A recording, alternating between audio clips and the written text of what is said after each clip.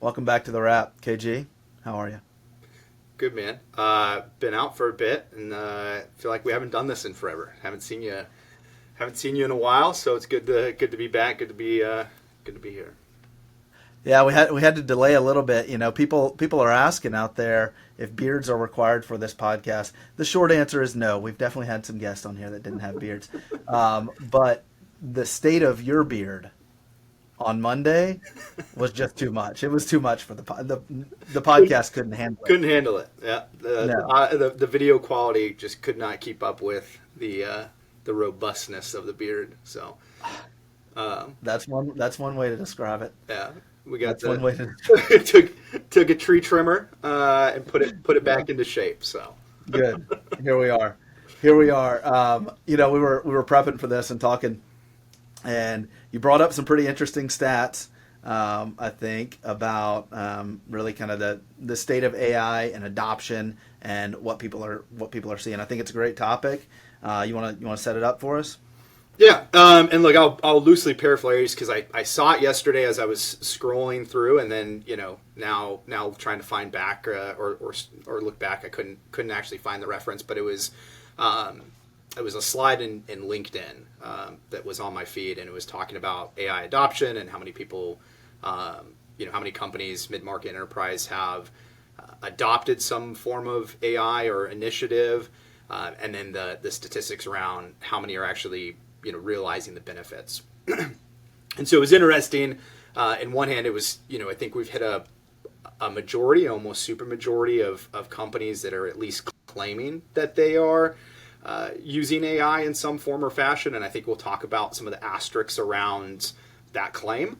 I think you saw like 70% or something, right? Yeah, it was somewhere between 70 and 80% of companies that were on this, were pulled for this thing that said they had that they were using it, and then out of that, only 20 something percent, it was like mid 20s, had said that they had actually realized the efficiencies that they had intended from AI. And I think the punchline for me is, well, of course, right? Like this is nothing new in any technology, almost hype cycle that we go through, right? This was cloud, this was, CCaaS, this was SD-WAN, like any form of technology that comes in, I feel like goes through this process. And so maybe we talk about, I think what you had brought up was around the statistics. Like those are probably ish numbers, Yeah. right? Like Yeah, how many? I have to insert my favorite quote here, right? So Yep. from Mark Twain, there's lies, there's damn lies, and then there's statistics, right? So I mean, but when you see that level of divergence, right? There's probably some sort of directional thing to it, which is Yeah. high adoption, low return is kind of where we're seeing the market right now. Yeah, and I think like so what do we take from that? Is it well, AI just isn't as good as we thought it was? I don't think that's the case, right? Like as a person that uses it personally, professionally, and then within our organization, like I do think it's a very good and transformational or transformative technology. But like anything, I don't know that there's a magic cure, right? Like there's no miracle fix to discipline, best practices, and doing the work, right? Like We're gonna have to work still. yeah, Yeah. Come on. yeah, Okay. All right. I think that makes a lot of sense. And one of the things you were bringing up is like this is every technology, yeah. that's ever been adopted in some way. This sort of thing happens. So, I mean, what are your thinking about that? What are some of your kind of learnings or thoughts about it, or maybe some of the misconceptions people are having right now? Yeah, I mean, I think so far as I can tell, all these technology breakthroughs are, for the lack of a better term, amplifiers to what you have and the practices and what you do. And so, it's an accelerator. And if you've got great practices and you've got great discipline, and you throw gasoline on that, well, then you've amplified that great discipline, you've amplified those great practices. But if you don't have good practices, you don't have good data hygiene, you don't have great. You've got a ton of technical debt and a ton of technical debt, and you don't have a mechanism in which you're paying that down. All these different things that, you go from a really well-oiled company to one that doesn't have those best practices, and then they both adopt AI, or they both adopt cloud, or they both adopt, whatever, and you see these radical kind of deltas between the outcomes that they experience, right? And so I think it's one of those things of being careful of getting sold the idea of the miracle cure, that it's going to somehow create all these shortcuts, versus like, no, you got to do the right things, right? You've got to have these best practices. You've got to do, the things that work. And then when you layer in these technologies, that's when you see the real return on that investment. Yeah. Yeah. I think one of the, even not just focusing on, right, technical debt, we can end up in a very long conversation there, and we have, right? Like we have other recordings where we've talked about that. But when you think about some of these practices that you're talking about, and throwing fuel on the fire, maybe even one that most of us have interacted with at this point is thinking about AI agents in whatever form, whether it's like outbound SDRs, right, which many of us have probably been the victim of, right, receiving emails that are like they're just a little off, right, like they're unnatural, you can tell. Or even thinking about like in a call center, calling in and talking to some form of a voice agent that just, it's not quite right. Some of the stuff I've seen there about how to actually get the impacts out of them, it's not that much different than bringing on a new employee, especially one that you're taking from zero to contributing, right? And it is something where you have to have that much more discipline about it. Some of the ones I've seen, SaaS Starter, big kind of essentially a media company focused in like SaaS applications, primarily like business to business. They have had a lot of success with agents, but one of the things that they're talking about is, hey, we have a team that is spending an hour every morning, training, and an hour every evening doing QC and QA on the responses, and we still have human in the loop. And that's for, I think they said 2 to 3 months, right? So that's a lot of investment in bringing, fundamentally an employee from zero to productive, right? And so it along the same lines of what you were saying, though, right? I mean, those are internal capabilities to a business, onboarding, right? Like, how do you onboard and train and do QA and QC and management of interactions and outputs, even for people, right? Like, how would you do that for people? You still have to do those sort of things here. And I think that's, interesting and aligned towards what you're saying. Yeah, I mean, I think, it goes back to people and process, and how you adopt a technology. The implementation is key, the education is key, the process is key, and then even just like culture, right? Like, and sometimes we don't think about culture being that closely related to the technology, the zeros and ones, but it is around the adoption, right? Because at the end of the day, it is people that are having to drive or build those processes, and it's people that are having to drive or be a recipient of the adoption. And so, that's all kind of cultural things. And again, like no one tool is going to just shortcut the hard work that it takes to build that, right? And you see this in ERP deployments, you see this in CRM deployments, where, fill in the blank, and I won't call any company out by name, but, fill in one of the top CRM companies in the world, and you throw it in a company, and then they don't get the return, and they're like, what the heck? I thought this thing was going to be magic for us, and our sales were going to skyrocket through the roof. But then there's just as many use cases where a company did deploy it, and they're like, hey, this thing was transformational to our company. Like, so what's the difference between those two, right? It's the same technology implemented in both companies, but wildly different outcomes.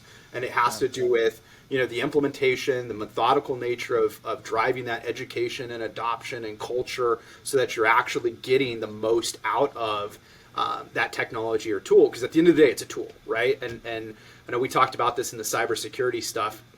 growing up, you saw all those, I think they're called, is it an infomercial or like the late night Yeah.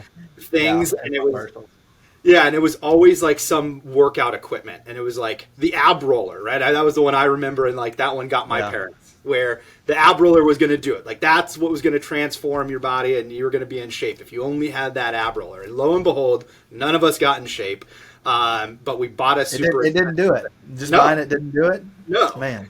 If only. If only. Yeah. Huh?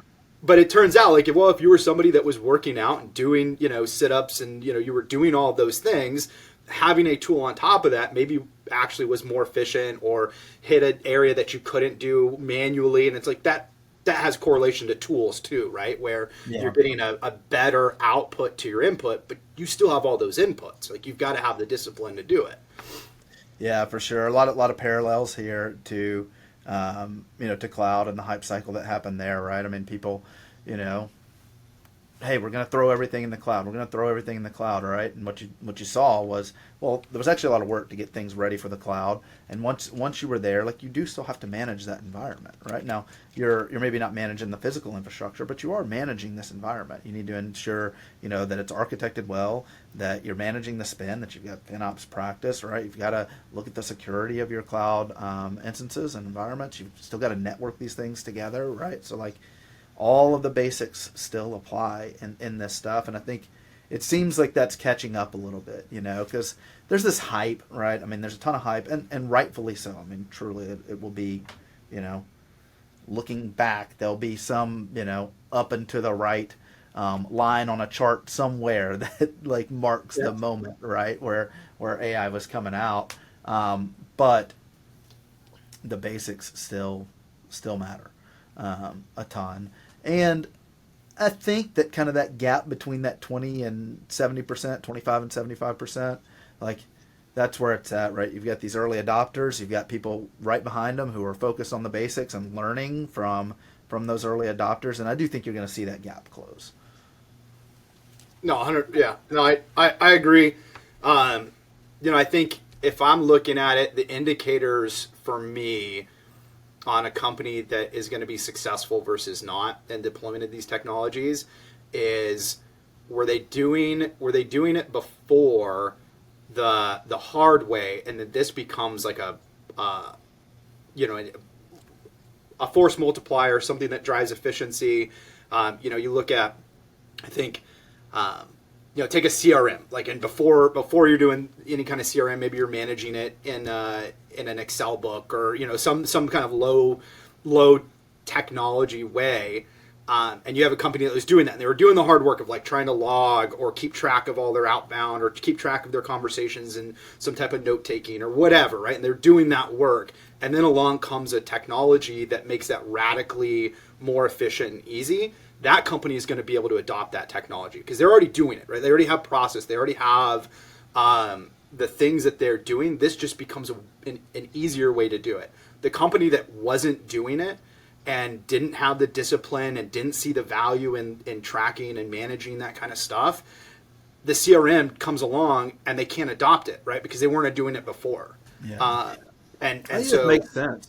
This makes sense, right? You don't want to build a new capability with AI. You want to, because you need to be really dynamic when you're building some sort of new capability, whatever it is, right? You're going to need to respond to things that you learn, and likely change the plan that you go into it with, which inherently, like, is not well-defined processes. And that's really hard. That's really hard to go and lead there with AI. So I think that's, your AI should not be the tip of your spear, sort of thing, right? I mean, that's the kind of the human work, and then once you get that road paved, then you can run AI on that. I think that makes a lot of sense. Yep. That's a broad subject. Kind of like infrastructure. Yeah. All right. Well, I mean, look, I think that's a good talking point. This is something we're looking at a ton right now, right? I mean, when you talk about adopting AI, the ultimate question around it is where is it going to land after 6 months, a year on what you spent versus what you got out and the impact it made for your business. This is something that we're watching closely. I think the market's watching closely. People who have been in kind of this corner of the market, right? People who are focused on buying, deploying technology, managing it for value creation. Like, this is something that collectively the conversations that we're having with clients, this is the type of thing they're looking at. Where is their outsized return on something, whether it's specific use cases, specific technology, that sort of thing. I mean, my kind of takeaway from this conversation is the outsized return is on mastering the basics. It remains mastering the basics. Do the basics really, really well. Security, governance, data structure, people, process, a culture that supports constant improvement on those things. Right? Master the basics on those things, and not only are you going to be in a position to get return on your investments in AI, you're positioned for whatever's next. Because one thing is sure, like, there's going to be something that comes after this that will also be transformative. And so I think it's a great conversation. Probably something we'll revisit 6 months or so and see is that gap changing. So 100%. thanks for bringing it. Thanks for bringing it to the table, man. That's a wrap. That's a wrap.